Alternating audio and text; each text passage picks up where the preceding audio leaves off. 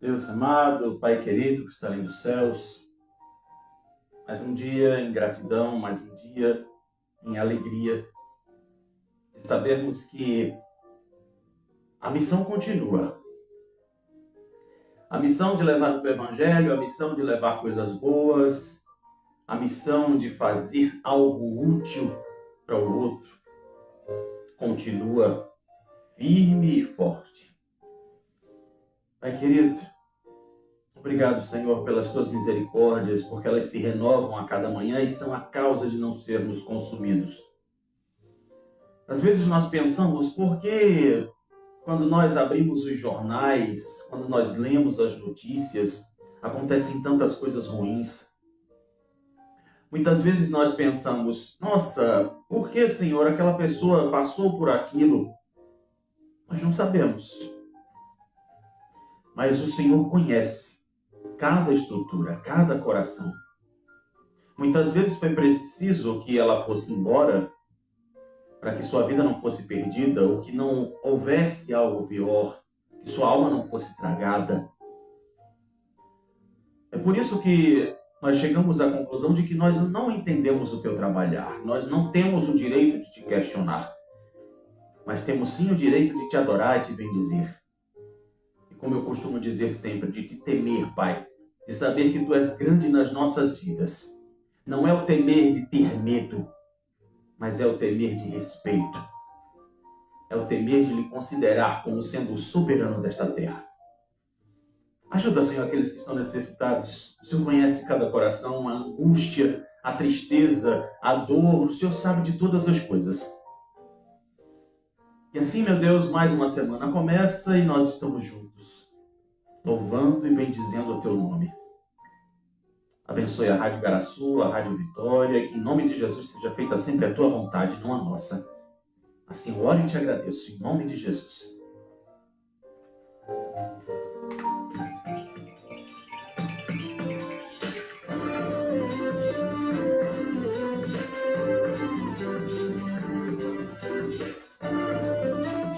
Alô, alô, alô! Como vocês estão? Vocês, o Kawai, você que está na nossa transmissão, você que está nas plataformas digitais e você que está na Rádio Garaçu, muito obrigado por estar fazendo parte da sua hora de almoço. Obrigado pelo seu carinho, pela sua energia super positiva.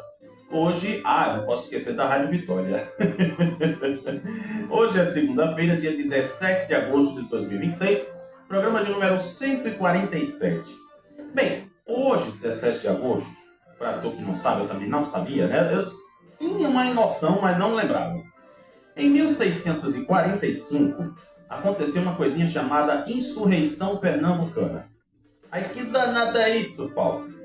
Ela aconteceu, a Batalha de Casa Forte, entre forças da Companhia Holandesa das Índias Ocidentais e da Milícia Luso-Brasileira. É isso mesmo que tu tá ouvindo. Ou seja, foi uma batalha entre os holandeses e os portugueses. Sabe pra quê? A terra, isso mesmo, né? Que tinha aquela disputinha. Lembra da Batalha dos Guararapes? Pois é. Então, o que foi que aconteceu? Qual foi o resultado dessa história? Com a expulsão dos holandeses, os portugueses recuperaram o Nordeste. E a data, inclusive, ela deu o nome à principal avenida do bairro de Casa Forte. Sabia dessa? Não sabia, né? Pois é, imagine quantos anos faz, hein? Que eu esqueci até de fazer as contas aqui. Bem, sabe quem está fazendo aniversário hoje?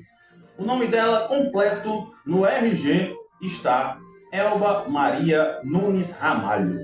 Ela é de Conceição, na Paraíba. Nasceu em 17 de agosto de 1951 e sua primeira experiência musical veio em 1968 tocando bateria no conjunto feminino As Brasas. E aí, dá pra saber de quem eu tô falando? Bota o primeiro com o último nome, aí tu junta, deu o quê? É o Barramalho. Eu lembro da minha avó que nós dizia, Barramalho, meu filho. Barramalho tá cantando, né, meu filho? Então, feliz aniversário pra Elba Ramalho, que eu acho, não sei porquê, eu acho que... Tem uma amiga minha que é fã de Elba Ramalho. Já notou que ela toca muita música de Elba Ramalho? Com certeza.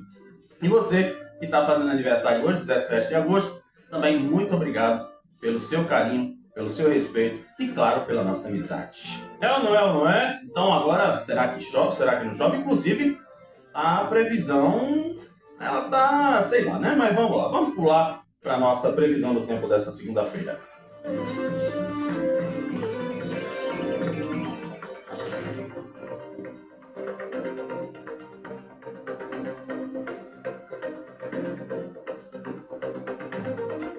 Pois é, vamos aí primeiro, né, as informações que foram fornecidas pela APAC, que aponta a possibilidade de chuvas em diferentes áreas até a próxima quinta-feira. Bem, segundo a tendência divulgada, pode variar aí em relação às regiões os registros de chuva fraca e possibilidade de, vamos dizer assim, moderada em algumas localidades ao longo da semana. Na zona da Mata, região metropolitana e Mata Sul, previsão indica chuva fraca desde ontem até, aliás, de ontem para hoje. Entre terça e quinta-feira, existe a possibilidade do aumento na intensidade, com precipitações classificadas como fracas a moderadas. Pelo menos até agora a gente está vendo aí que não tivemos, né, um registro de chuva que fosse interessante, importante, vamos dizer assim, né? Então agora vamos às informações do Instituto Nacional de Meteorologia. Estamos aí com previsão de ventos fracos. O Sol nasceu às 5h29, se põe às 5h21 da tarde, Lua crescente. Estamos aí com a umidade máxima do ar de 90%, já ia dizer graus. E a mínima de 50%. Hoje a temperatura fica entre 23 e 29 graus. Não estamos em perigo potencial, graças a Deus. E a previsão para hoje, por incrível que pareça, temos aqui muitas nuvens durante todo o dia. Aí foram as informações do Instituto Nacional de Meteorologia. Vamos ver o que vai acontecer, né? Esperamos que esse sol bonito continue durante todo o dia.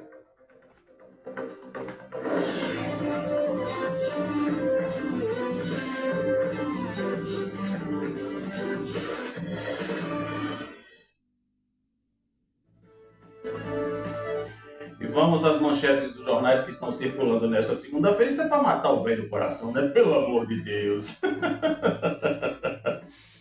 Ai, meu Deus. João Campos é o primeiro entrevistado nas sabatinas das eleições 2026 no Sistema Jornal do Comércio.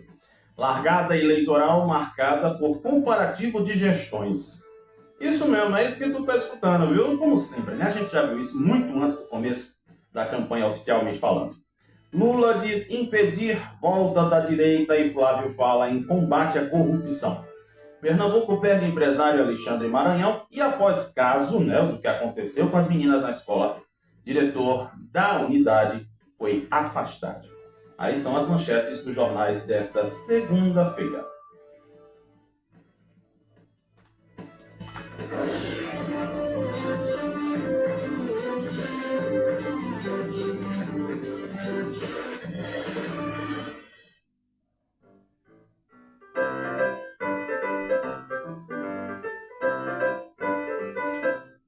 Peguei a chave, abri a porta, apareci. Chegamos, meus amores. Como vocês estão? Tudo bem? Tudo bom? Eita, Lele. Ai, Jesus, Thiago. Eu vou dizer uma coisa para vocês. Nossa, foi dada a largada para a disputa de Bingo com Luca, para ver quem é que ganha. Olha, eu vou logo dizendo para você o seguinte, trazendo uma informação aqui de utilidade pública. Com o avanço do calendário eleitoral, não, eu vou deixar a campanha lá para o final, né? É melhor, né? Você sabe que eu seguro a audiência, tem que ter o para de João Kleber, senão não adiantou de nada. Mas bem, vamos logo para a utilidade pública aqui, que é importante que você saiba. Com o avanço do calendário eleitoral, os candidatos e agentes públicos precisam redobrar a atenção às regras que buscam impedir o uso da estrutura do poder público para influenciar a disputa. A lei eleitoral estabelece uma série de condutas que são proibidas durante a campanha, além de prever punições para práticas como abuso de poder, compra de votos, fraude e uso irregular de recursos. As regras estão reunidas na Resolução 23.735 de 2024 do Tribunal Superior Eleitoral, atualizada para Resolução 23757, aprovada em março. A norma disciplina tanto os principais ilícitos. Você sabe o que é uma coisa ilícita? Já ouviu falar nisso? Não, né? Ilícito é as coisas erradas. Tu tá me entendendo? Aí, se é lícito, você já viu aquele versículo que diz assim, né? Tudo me é lícito, mas nem tudo me convém? Lícito quer dizer que pode. Ilícito não pode. Certo? Lembra lá daquela personagem da Zorra Total, né? Da Fabiana Carla? Isso pode. Isso não pode. Sabe? Pronto. Então tome cuidado, viu? Tome cuidado para depois não dar B.O. pro teu lado, tá? Que o candidato vai estar numa boa e tu vai pro xilindró. Te lembra, né? Do pessoal lá de 8 de janeiro? Então pronto. Toma cuidado na tua vida. Por isso que eu tô dando esse alerta aqui a tu. Entre as restrições estão o uso de bens e serviços públicos em benefício eleitoral, utilização de servidores durante expediente, sabe aquele comissionado que gosta de botar nos seus stats, nos seus stories, né, as coisas contra o outro candidato? Tu sabe como é que rola o negócio, né? Então pronto. A publicidade institucional nos 3 meses anteriores à campanha, à eleição, e a participação de candidatos em inaugurações de obras públicas, as regras também alcançam conteúdos divulgados na internet e o uso da inteligência artificial. Aí, o que é considerado errado pelo Tribunal Eleitoral? A resolução do TSE reúne 6 grupos principais de coisas erradas, como abuso de poder, fraude, corrupção eleitoral, arrecadação e gastos ilícitos de campanha. Ou seja, tipo assim, vamos imaginar que tem uma obra rolando, né? Só que ela teve um valor X, mas que na verdade pegaram uma parte desse valor da obra, aí jogaram para pagar as bocas de urna. Tu tá me entendendo? É coisa tipo assim, só para tu entender. Captação, quase que eu dizia capacitação. Pois é, captação ilícita, sufrágio e condutas vedadas a agentes públicos. Sabendo que, graças a Papai do Céu, existe uma coisinha chamada tecnologia, que hoje qualquer um pega um celular, faz um vídeo, bota pra lascar, aí diz assim, tá vendo? Olha ali, ó, fulano botando coisa dentro do carro dele, é Danone, é ou não é ou não é? Aí depois isso vai pros ordinários, vai chegar na TV, vai ver que tem não sei quantas milhões de visualizações, daqui pra que tu prove que porco é poico, não é tomada? Então pronto. Entendeu o negócio? Então toma cuidado. E daí, tem ainda mais. Essa captação ilícita, ela é conhecida como a compra de votos. Sabe aquele deputado, aquele vereador que tu deve favor a ele? Aí agora ele vai chegar no dia D, né? No sábado pro domingo, do dia 3 pro dia 4, vai chegar um envelopinho, um Pix na tua conta, de R$ 50 para tu votar nele, tu tá me entendendo? Pronto, sabia que isso é crime? Sabia? Não, não, sabia não, né? Ah, não, eu pego e não voto no cara. Vai na ondinha de carne, viu? E ainda tem a vantagem que pode envolver dinheiro, produtos, serviços, emprego ou alguma coisa do tipo. Como a gente sabe também, né, que já foi falado aqui, em relação de regras do TSE, é que as pessoas não podem ser exoneradas ou incluídas, nomeadas para trabalhar em algum órgão público. Não pode. E aí também são considerados ilícitos recebimento e uso irregular de recursos de campanha quando se ultrapassa uma simples falha contábil e assume relevância jurídica. E aí, bebezão? Tá ligado, né? Isso. Então, o que é que os agentes públicos não podem fazer? Usar os bens públicos, tipo, não podem ceder, usar imóveis, veículos, equipamentos, materiais e outros bens da administração pública em benefício dos candidatos. A legislação prevê exceção para a realização de convenções partidárias. Mesmo assim, seria o ideal que não fosse. Usar serviços em campanha, aliás, servidores em campanha. Tu está trabalhando, tu fez o teu expediente lá na prefeitura, e aí o que acontece? Depois do expediente da prefeitura, tu vai ter que ir para a campanha do homem. E não adianta, que vai fazer. Isso aqui, o TRE, o TSE, ele está dizendo isso aqui, mas isso aqui tá na cara feito papeira. Toda grande maioria do povo faz. Largou de civis, vamos embora. Bora pra campanha do homem. Tu quer continuar no teu emprego, filho? Então pronto, vamos embora levantar a bandeira do homem. Fazer publicidade institucional. Então, é proibida a publicidade institucional em atos, programas, obras e serviços públicos, salvo exceções previstas em lei, como, por exemplo, Deus o livre, aconteceu vamos dizer assim, uma catástrofe natural. Isso aqui também a gente já entendeu. Participar de inaugurações. Candidatos não podem comparecer a inaugurações de obras públicas. Eventos que tenham a aparência ou simulem inaugurações também podem ser alvo de investigação. Aí depois eu quero ver a OB dizer assim: ah não, eu estou sendo alvo de perseguição, eu estou sendo alvo da arapongagem. É 10 ou mil latinho, vamos ver quanto é que a gente paga pelo show dele ou pelo show dela. Pronto, e para fechar, fica proibido nesse período a contratação de shows artísticos com recursos públicos para inaugurações de obras. Isso aqui a gente sabe que isso aqui faz tempo que não existe mais, né? Pois é, então agora tu sabe, hein? Toma cuidado na tua vida, porque o teu candidato tá numa boa, ele tem lá o jurídico dele, viu? E tudo é que vai se ferrar aí por causa dos outros. Mas bem, ainda fazendo a utilidade pública, Pernambuco terá 954 candidatos às eleições, segundo o balanço divulgado ontem pelo TRE.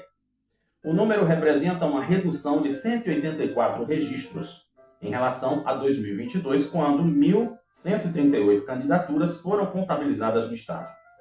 Engraçado isso, né? E olha que 2022... realmente foi, tem sentido. Pois é, acho que aconteceu alguma coisa. Com o total registrado até as 4h30 da tarde de ontem, o estado apareceu na 7ª posição entre os estados brasileiros com maior número de pedidos de registros de candidaturas. São Paulo lidera, seguido do Rio de Janeiro, Minas Gerais, Bahia, Paraná e Rio Grande do Sul. E Goiás vem antes daqui de Pernambuco. Mas, vamos lá para baixo, porque tem alguns dados aqui que eu vou trazer para você de pedacinho em pedacinho durante essa semana, a partir de amanhã. Com o fim do prazo para a apresentação das candidaturas, os pedidos passam agora pela análise dos juízes do tribunal. Os processos são protocolados no processo judicial eletrônico e a Justiça Eleitoral verifica as condições para que a pessoa possa concorrer e a documentação apresentada por cada candidato.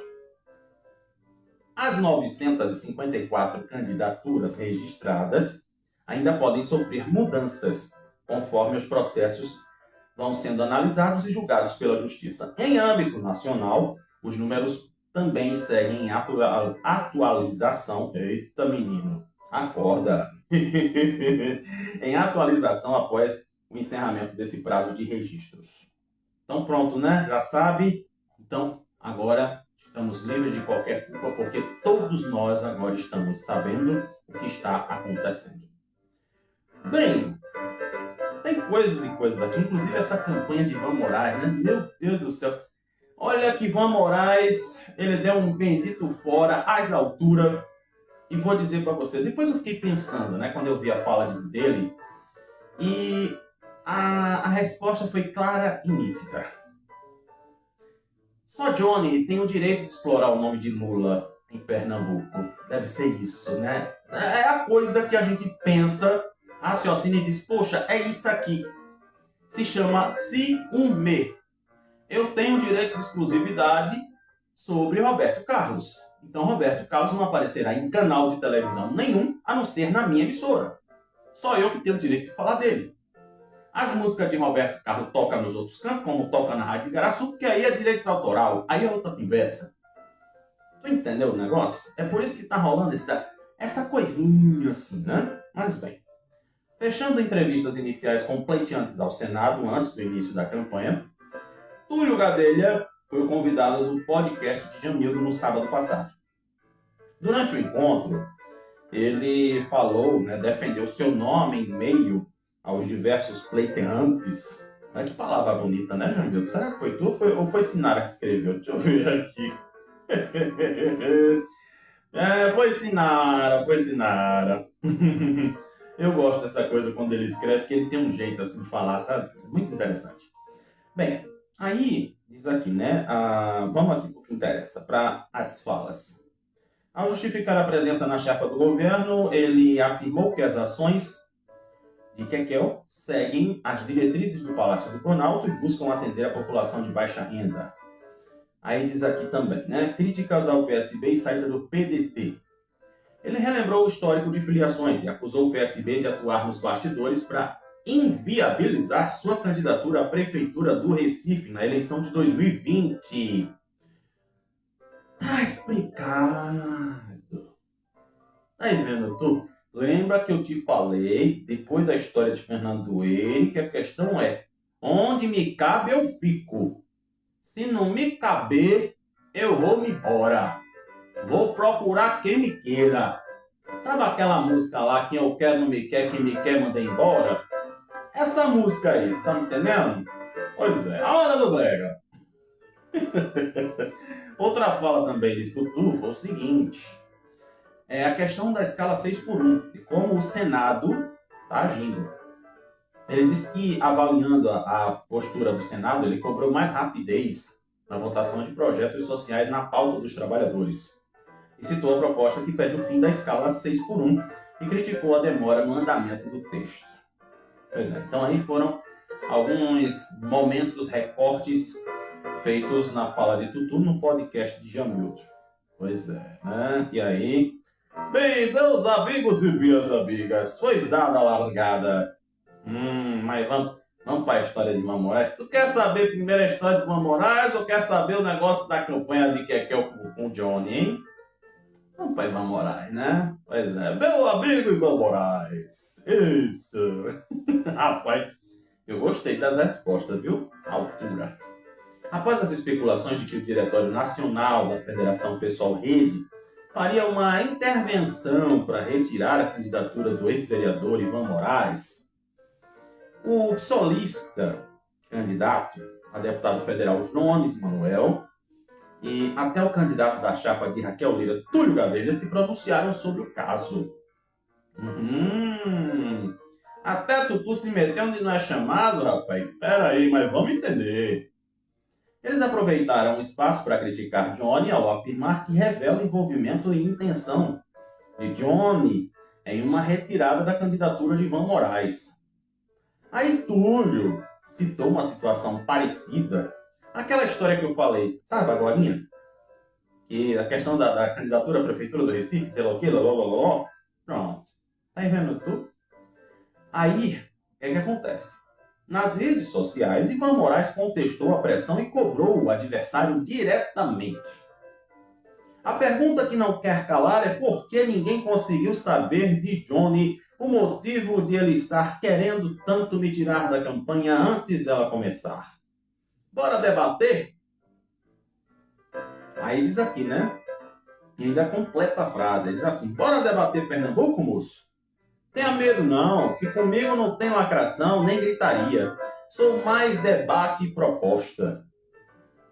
E ainda ele chamou esse prefeito de milionário com uma estrutura absurda. E terminou dizendo, faz o teu vença. Inclusive teve um evento, eu acho que do partido, né, que Ivan Moraes, pelo menos eu vi esse vídeo ontem, que ele estava falando tudo isso aqui. Aí o que foi que aconteceu? Foram atrás de Johnny para ele dizer, né, se realmente procedia ou não essa história de retirada de campanha, né? Aí ele começou, enrolou, sabe aquela coisa, o Igaraçu sítio histórico? Pois é, né? Vai lá para dentro do sítio histórico, enquanto tu podia ter pego a BR direto, sabe? Só que esse enrola, o ioiô do Trem da Alegria, não convenceu ninguém, logicamente. Mas se explica, né? É porque é o direito de exclusividade com o nome Lula, com a marca Lula, entendeu? É porque ele já não aceita que, vamos dizer assim, não exista outros palanques que levem o nome de Lula.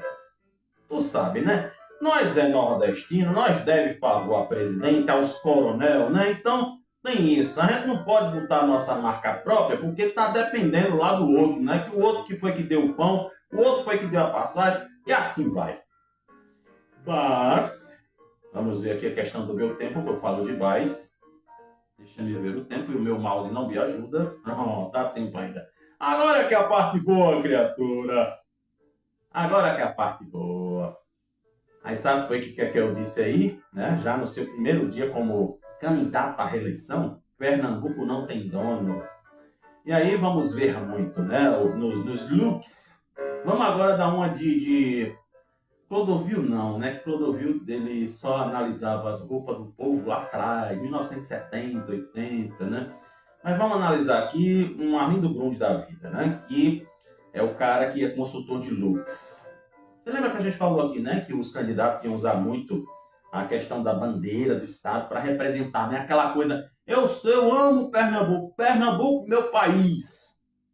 Aí diz aqui, né? Que eu deixou bem claro que Pernambuco não tem dono. Tem giro pelo estado. Aí, veja só, quem foi que falou em Mendonça, que disse que Mendonça não fazia parte da chapa? Quem foi que falou isso? Foi eu, foi Lula, foi Bolsonaro, foi minha prima Daphne, foi Vera Maria? Não. Mas, escuta isso aqui, viu? Escuta isso aqui. No final da tarde, Kekel chegou a Petrolina para os últimos compromissos do dia e participou de um adesivaço no comitê do ex-prefeito Júlio Lócio, candidato a deputado estadual, e na ocasião ela esteve acompanhada de Túlio e Eduardo, além de prefeitos e lideranças dos municípios do Sertão. Em seu discurso, ela afirmou que sua gestão ampliou o investimento na região e voltou a pedir apoio para mais 4 anos de governo. Em seguida, ela participou do evento do Grupo Coelho. Parece mais negócio de empresário, né? Lançou as candidaturas do ex-prefeito de Petrolina, Miguel Coelho, e do deputado federal, né, a Fernando Filho, a Câmara dos Deputados, e também do deputado estadual, Antônio Coelho. Aí, o prefeito de Petrolina, Simão Dourado, do União Brasil, também participou daquela ocasião, além de lideranças políticas da região e o pessoal da família Coelho, vamos dizer assim, não os meus amigos e minhas amigas. Agora tem uma coisa. Senta que lá vem história. Sabe quem foi que estava lá também? Mendonça. Mendonça também estava lá. Olha só. Menino. Vamos pegar a BR-101 que no instante chega no TI, né, mulher? Eita, lei. O povo de Igaraçu já me conhece, tá vendo? Aí, o que foi que aconteceu? Não, os dois candidatos a Senado, na chapa da governadora, apenas, tipo assim, né, que Eduardo da Fonte foi quem subiu lá no palanque. E daí estavam lá, né, também no evento, o ex-senador Fernando Bezerra Coelho, que declarou Mendonça como seu candidato. E aí, eita, Dudu, chupa criatura, chupa que é de uva, eita, lelê, faz que nem eu, te deita na cama e vai chupar laranja, mulher, pense. Ah, meu Deus. E Kekel vai estar hoje às 5 horas da tarde em um porta-a-porta no bairro de Jardim, São Paulo. Eu escutei um negócio no restaurante sexta-feira e que teve um candidato aí que ele não foi bem recebido em Camaragibe. Eu não tenho certeza, né? Porque eu não estava lá, eu não vi o vídeo e de repente pode ter sido algum comissionado de Camaragibe, né? Que foi lá no meio da rua só para vaiar. Lembra do que aconteceu em Igaraçu? Pois é. Para fechar, a saúde foi escolhida por Johnny como primeira pauta para a apresentação de proposta de campanha. Ele visitou o Hospital da Criança e foi a sua última obra que ele inaugurou como prefeito. Aí lá ele prometeu construir 4 hospitais, caso seja eleito. Né? O pai fez 3, não foi? Se me falha a memória, né? Tem o Miguel Arraes, tem o Dico do Cabo e tem outro agora que eu esqueci o nome. E daí, ele disse que a principal proposta é o Hospital Geral Metropolitano, unidade de 900 leitos prevista entre a divisa de Recife e Jaboatão. Segundo os números apresentados pela campanha, o hospital teria 5 mil profissionais e investimento estimulado em 750 milhões de reais. Pois é. E aí, um dos compromissos de Johnny hoje é a questão de estar participando da sabatina do Sistema Jornal do Comércio. Então pronto, fechamos a casa dos patrão, né? De vez em quando, vez ou outra, a gente vai falar das agendas dos candidatos. Não tivemos a divulgação das agendas dos outros candidatos, então, logicamente, que a gente não vai falar, tá certo? Então, entreguei a chave à velha Maria, porque amanhã tem mais casa dos patrão.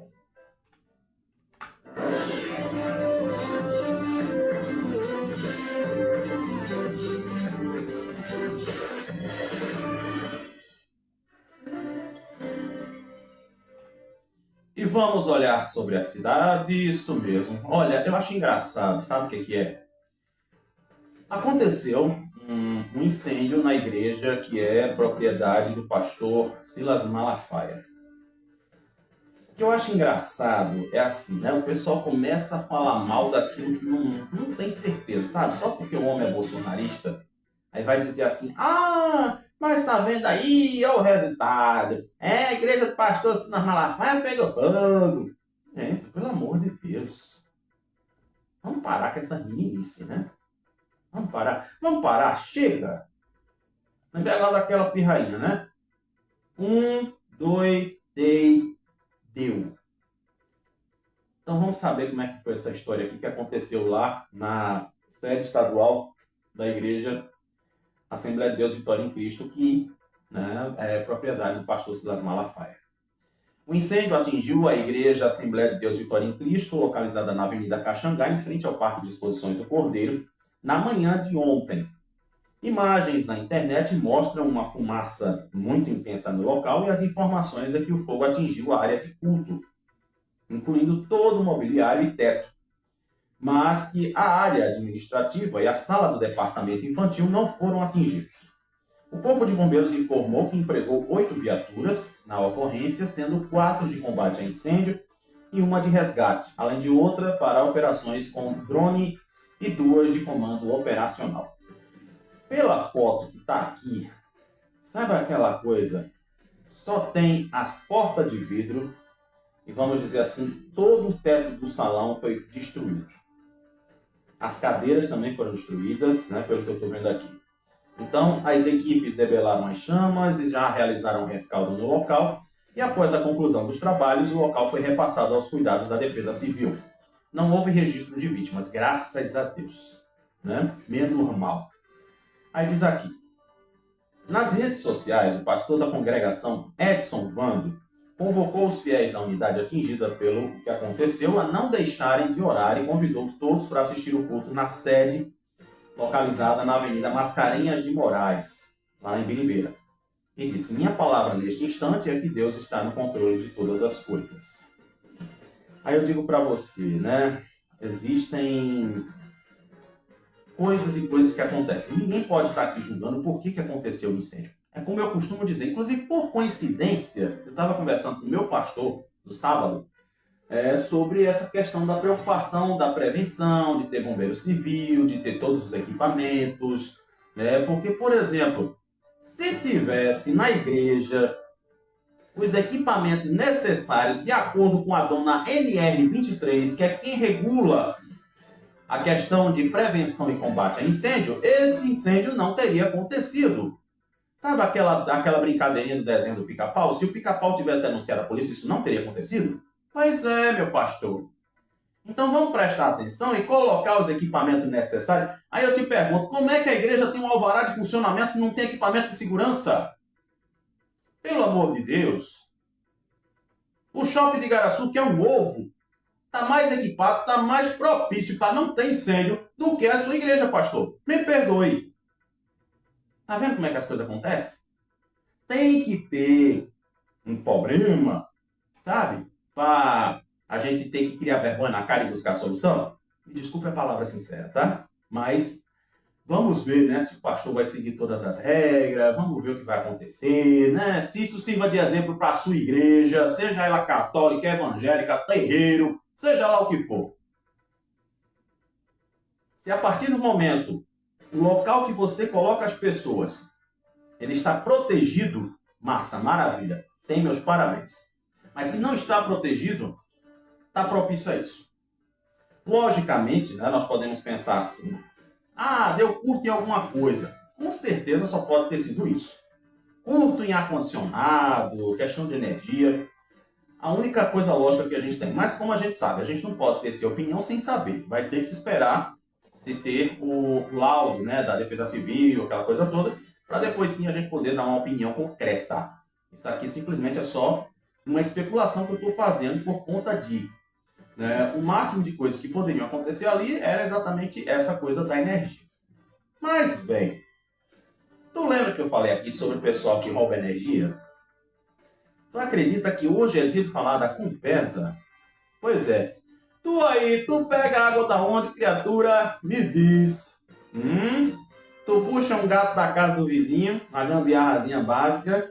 Pois é, teu vizinho tá pagando R$ 500 de água enquanto tu tá aí, né? Mangando da cara dele porque tu puxou essa encanação, né? Eita, vamos saber aqui.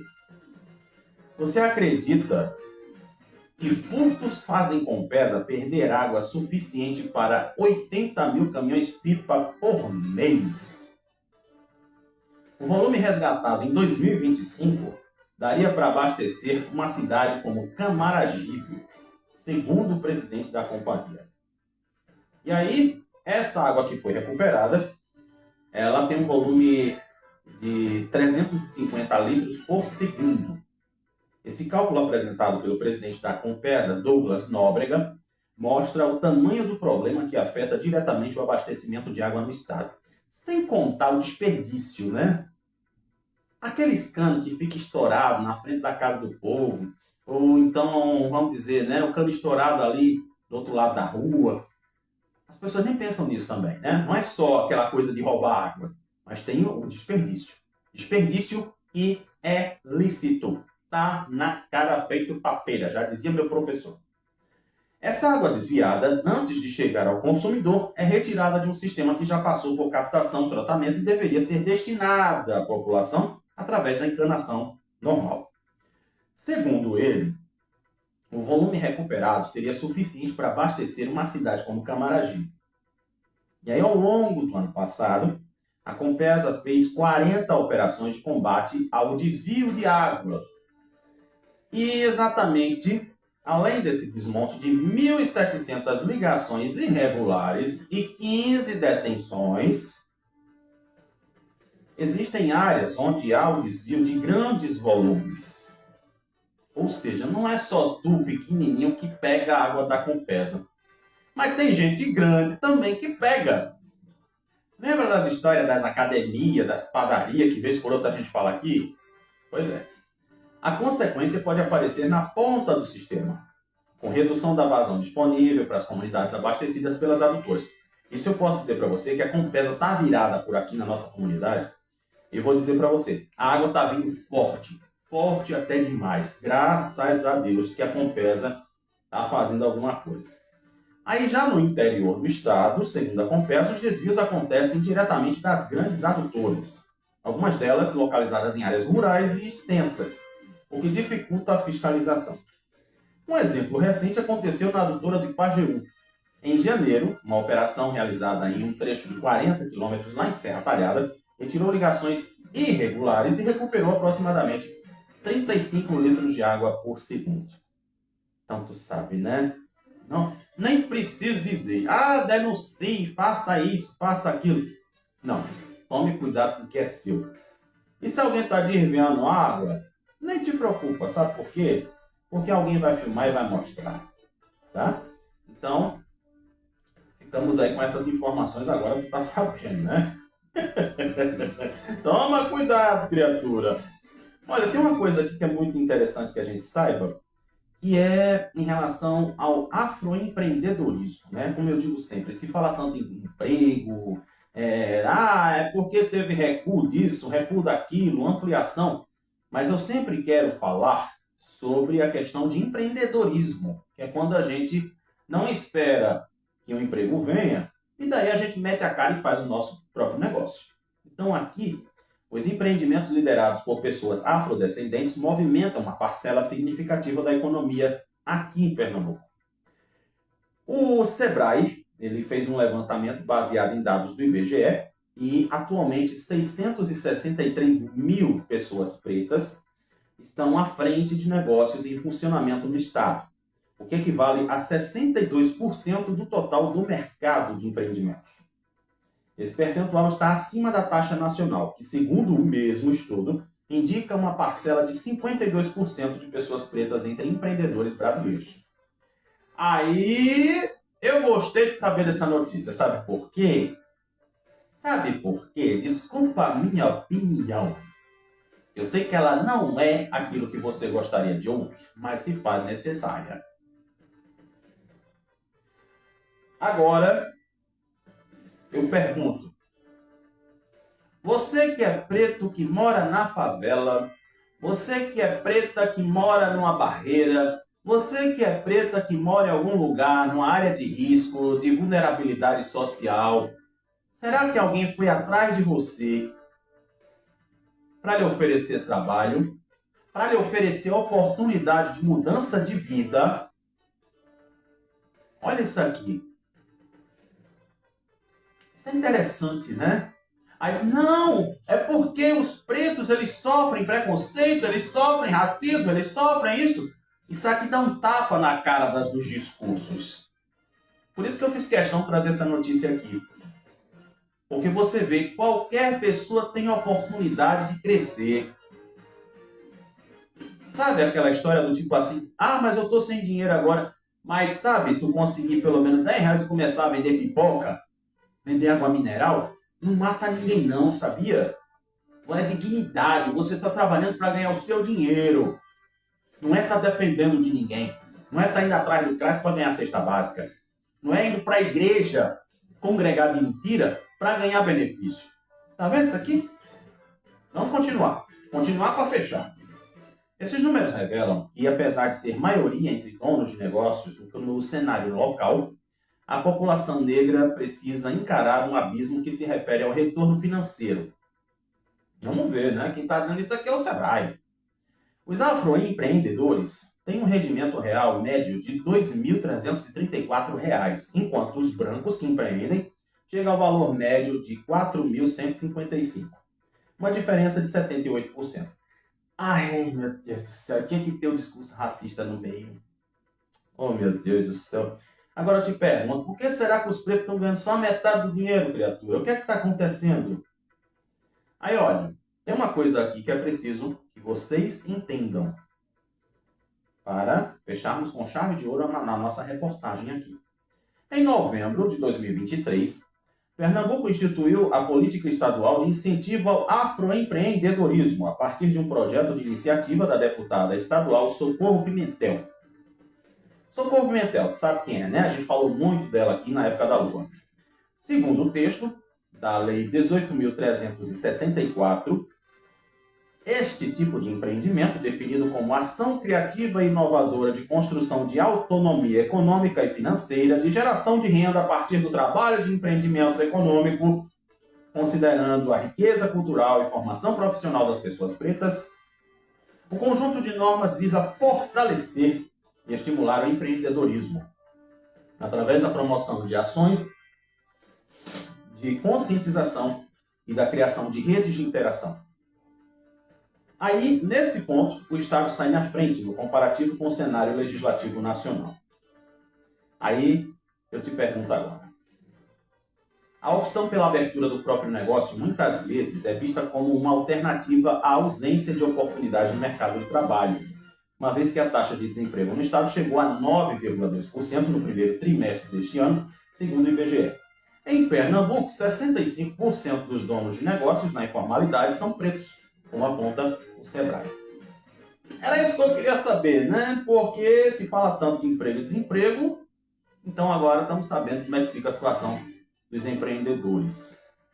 E, inclusive, existe aí, né, a questão de que você pode se formalizar para fazer o seu MEI, microempreendedor individual. Você paga o seu impostinho todo mês e tem aí seus direitos garantidos.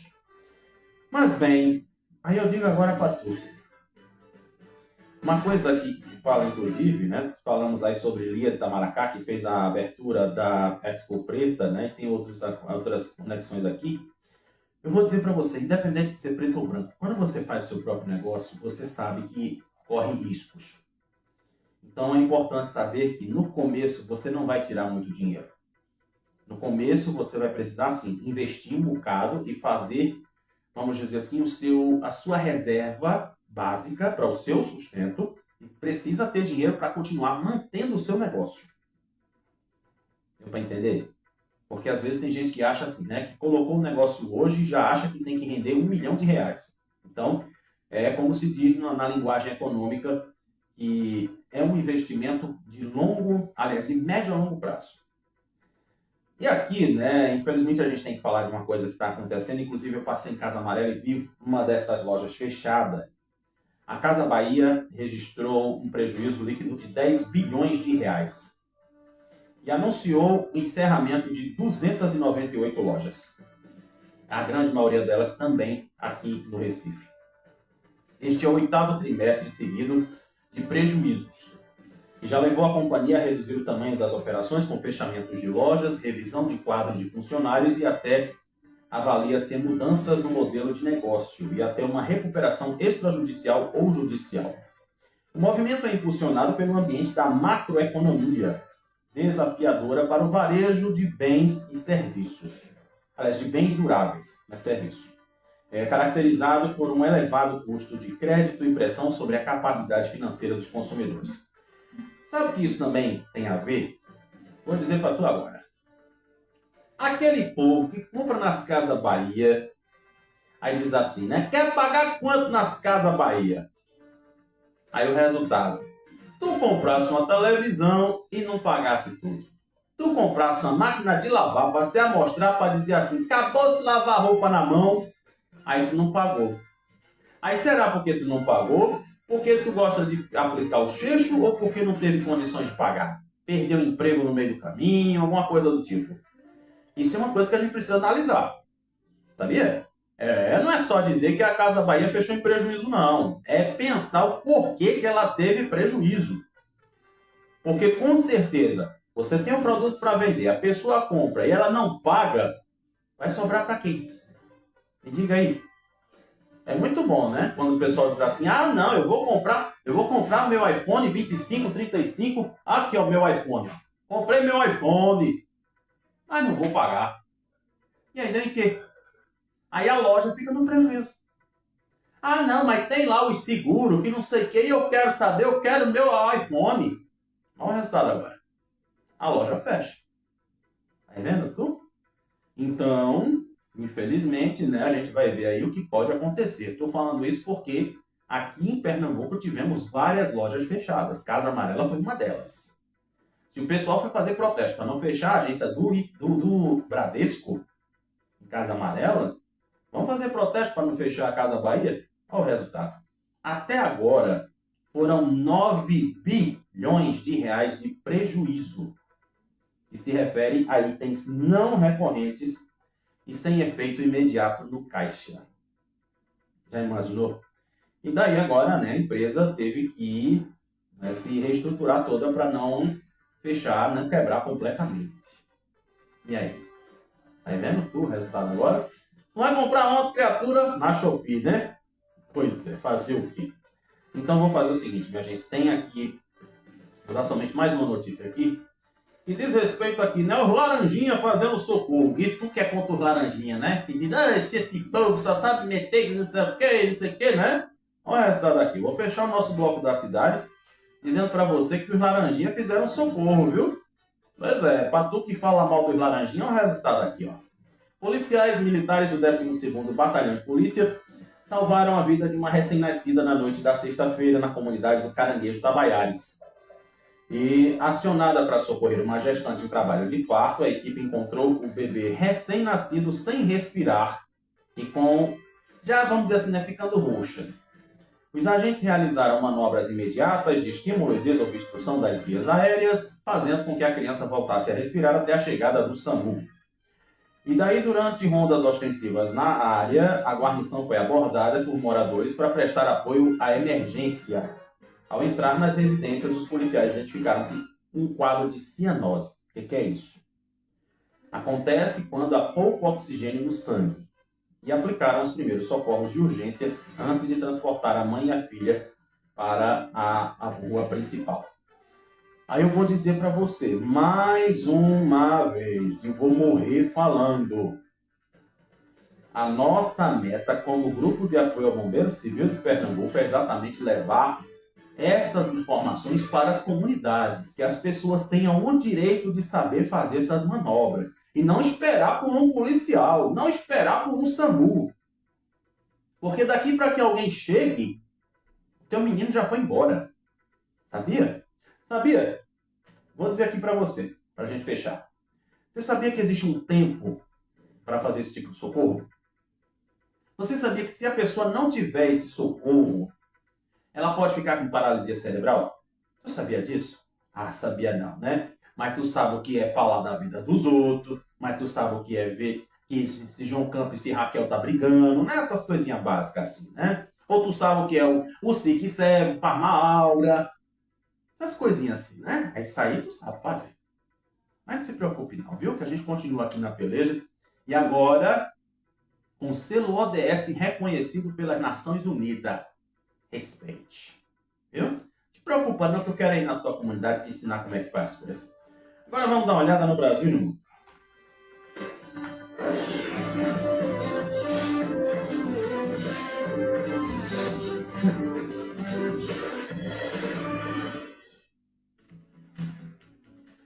Pois é, meus amigos e minhas amigas. Muito bem, né? Vê aí que o nosso Laranjinha tá vendo? Presta atenção agora, viu? Presta atenção agora de falar do Laranjinha. Pois é, se nós falamos aqui sobre o incêndio na igreja do pastor Silas Malafaia, infelizmente tivemos algo aqui que ninguém deseja que aconteça, né? Como eu digo na brincadeira, mas é coisa séria. Cuidado para tu não virar manchete no fim de semana. Um tombamento de um ônibus no quilômetro 91 da BR-040 em Petrópolis, no Rio de Janeiro, infelizmente deixou na madrugada deste domingo 8 pessoas sem vida. Esse coletivo da empresa Estrela Guia Turismo saiu de Belo Horizonte e tinha como destino o bairro de Copacabana, na zona sul do Rio de Janeiro. Esse veículo transportava 47 pessoas e tombou por volta das 4h30 da manhã. As vítimas foram encaminhadas para o Hospital Santa Teresa, lá em Petrópolis, e também o Adão Pereira Nunes e o Getúlio Vargas, em Duque de Caxias. O incidente impactou o fluxo de veículos na rodovia e só teve pista liberada pouco depois das 7 horas da manhã. E aí eu te pergunto, né? Será que esse carro teve revisão? O que será que aconteceu de verdade? Porque, como se diz, né? Informações preliminares é uma coisa. Outra é o resultado de tudo isso. Pode ter faltado freio, pode ter acontecido alguma outra coisa mais grave. Infelizmente, resultado, né? Vamos agora lá na Colômbia. O presidente do país, Abelardo de la Espriella, vamos dizer de novo o nome do homem. Abelardo de la Espriella, agora sim. Isso, tu estudasse espanhol, tu é descendente de espanhol, então cria vergonha na tua cara, ó, me fala direito. Ele pediu nesse sábado passado, né, vamos dizer, ou seja, anteontem, ao seu aliado e par americano Donald Trump, a suspensão temporária das tarifas alfandegárias. Sabe a historinha lá da tarifa aqui do Brasil? A Colômbia também está nesse meio, né? Então, as tarifas dos Estados Unidos sobre os produtos da Colômbia passaram no fim de julho de 10% a 12,5%, com algumas exceções, como o café e o petróleo. Em publicação na rede social X de La Espinheira, aliás, La Espinheira não, só vem Espinheira na cabeça. De La Espinheira, ou seja, o presidente, pronto, informou que manteve uma conversa amigável de 10 minutos com Donald Trump. Ele diz aqui que pediu que considerasse a suspensão temporária das altas tarifas que afetam os produtos, a fim de aliviar os empresários que estão enfrentando momentos muito difíceis devido aos efeitos do terremoto. Ele é presidente de direita e também agradeceu a Trump pela ajuda de 26 milhões de dólares, ou seja, 138 milhões de reais, pelo envio às equipes e pelo envio de equipes de resgate. O presidente também pretende declarar estado de emergência econômica para enfrentar os prejuízos provocados pelo terremoto lá na semana passada, que deixou 294 pessoas sem vida e quase 4 mil feridos. E aí, com certeza, né, que engraçado, né? O homem acabou de receber à presidência. Aí diz aqui, logo após assumir o cargo, em 7 de agosto, ele restabeleceu a aliança de segurança com os Estados Unidos, coisa que, né, eu prefiro comentar, né, ou não comentar, mas não comentar é melhor, né? E os laços diplomáticos com Israel, países dos quais a Colômbia havia se distanciado durante o governo anterior de esquerda.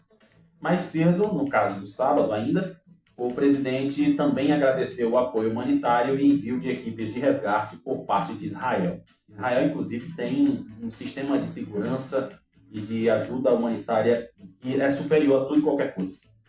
Ele recebeu críticas da oposição de esquerda, que o acusa de priorizar a ajuda de seus aliados ideológicos, acusações que ele faz questão de negar. A gente sabe, né? Meu Deus do céu, que isso vai acontecer em todo canto. Isso aí é sagrado. É sagrado. Não adianta você discutir, não adianta você dizer que é isso, que é aquilo. Isso sempre vai acontecer. Ai, meu Deus do céu. Gente, olha, é incrível como é que é segunda-feira a gente vê tantas coisas erradas, né? Mas eu vou dizer aqui para tu. Tem um negocinho aqui que eu vou trazer para você, que é coisa de cinema. Então vamos falar de coisa boa. Não obrigado a falar de coisa para comprar. Olha só. Feito Pipa, ele foi exibido em Gramado e se entrega ao afeto em histórias sobre infância, liberdade e memória. O que é isso? A competição de longas, 50º Festival de Cinema de Gramado, na Serra Gaúcha, teve início como um dos mais adoráveis protagonistas da filmografia brasileira. Após encantar eu não vou dizer isso não, 76º, saiu. Festival Internacional de Cinema de Berlim, em fevereiro, onde venceu o Urso de Cristal de melhor filme pelo júri infantil. Olha só, hein? As crianças julgando o filme. E o grande prêmio do júri internacional na mostra Generation K+, Feito Pipa desembarca no Brasil carregado de afeto. Gugu é o nome deste personagem principal, interpretado pelo ator mirim baiano Yuri Gomes. Com apenas 10 anos, ele adora jogar futebol, mas também ama se maquiar, mora com a sua avó, a irreverente Dilma Teca Pereira, e começa a apresentar sinais de Alzheimer. Apesar da fragilidade dela, ele não quer ir morar com o pai, Batista Lázaro Ramos. Ah, tá, agora deu para entender. Tá falando do filme aqui. Que não aceita sua forma livre de ser, dançar e se vestir. Ou seja, né? É aquela, vamos dizer assim, a liberdade da criança. Isso se a gente fizesse no tempo que eu era menino, né? No tempo que Xuxa mandava na televisão. Ah, que é isso, menino? Tu quer ser frango, não sei o quê, né? Aquela coisa toda. Bem, quem dirige Feito Pipa é o cearense Alain Deberton. E o roteirista foi o André Araújo. E a partir de uma junção de memórias pessoais, é totalmente contado pelo ponto de vista de Gugu. O menino dita tanto o ritmo e o tom do filme que toda vez que sua energia está nas alturas, a trilha sonora e a fotografia parecem dançar junto com ele, ao passo de que seus momentos quietos também foram pontuados por silêncio e melancolia. Aí eu te pergunto agora, rapaz, deu vontade de ver o filme? Eu mesmo quero ver. Eu quero ver se Gugu's World o nome. Mas aqui ficou com o nome Feito Pipa. Aí eu quero assistir. Quero ver esse desafio. Isso é muito bom. Então, minha gente, vamos fazer o seguinte. Como a gente está tendo tanta coisa ruim, vamos passar logo para saber como é que está o menino de vó, né? Você sabe que eu não vou repercutir aqui coisa ruim. Hoje eu quero paz, sabe? Eu quero paz, quero sossego. Então agora vamos dar uma olhadinha lá nos meninos de vó.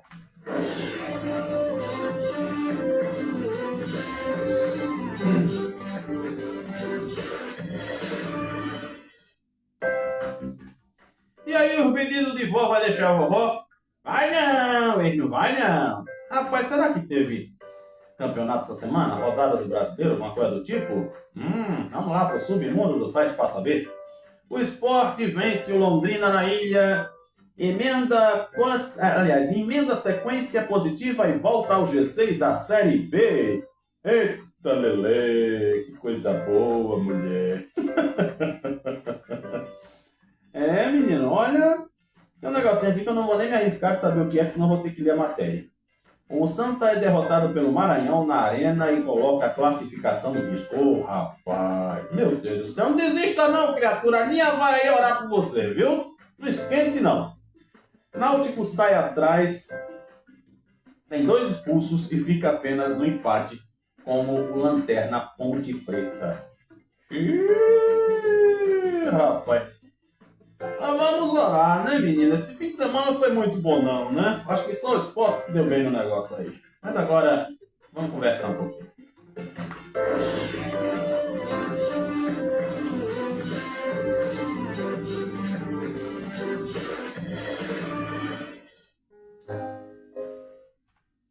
Pois é, minha gente, hoje eu quero trazer para vocês um exemplo que vem lá da Inglaterra. Uma criança que conseguiu ajudar a salvar sua mãe.